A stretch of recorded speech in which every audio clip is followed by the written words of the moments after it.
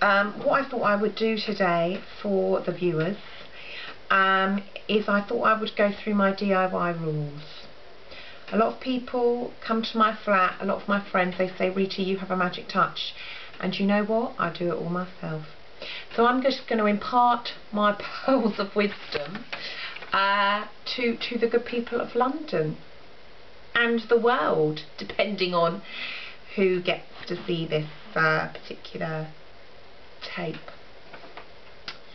So, Rita's DIY rules. Number 1, do not blame yourself when things go wrong. Fix them. You have the power. Number 2, always wear a good pair of old trousers. I personally have a pair of Calvin Klein Carpenter's jeans. Not in any way flattering, as you can see, but that is not why we're here. We are here to get jobs done. As you can see, mine have been well worn. They're covered in bits of plaster and paint. Have more dust sheets than you need. Vital. Take risks. A lot of people don't. Don't play it safe. This is DIY. Always have your radio on. My favourite station is Heart 106.2.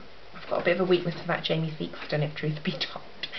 And the other thing I've got a weakness for is Lionel Richie, and they always play quite a lot of Lionel, so that keeps me happy.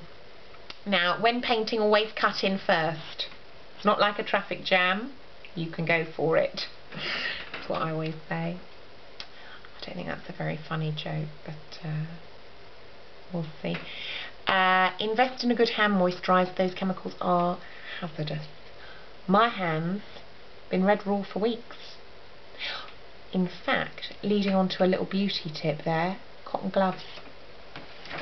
Put a pair of cotton gloves on at night. Always clean your walls and use a good quality base coat. Don't scrimp on those unseen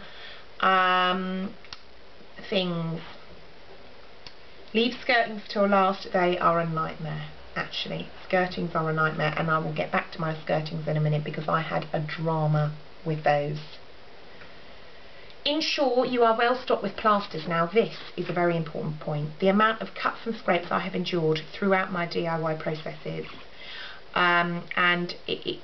So what you need is band-aids and an antiseptic cream because they get infected. You get a little bit of dust in there. That leads me on to splinters. Splinters are a common hazard of DIY. You think it's a cut, actually a bit of dust or a bit of wood has lodged itself under the skin, so you're going to need tweezers at the ready as well. As for an antiseptic cream, my favourite is Savlon. I've always used Savlon. Yes, be very careful. Always have some damp cloth and towels to hand, because if you're working with white paint and you cut yourself, a lot of blood can be spilt and make nasty stains. So that's a top tip. Do you know what? I think that's about it for now. But I will get on to skirtings because there's a lot to be said there.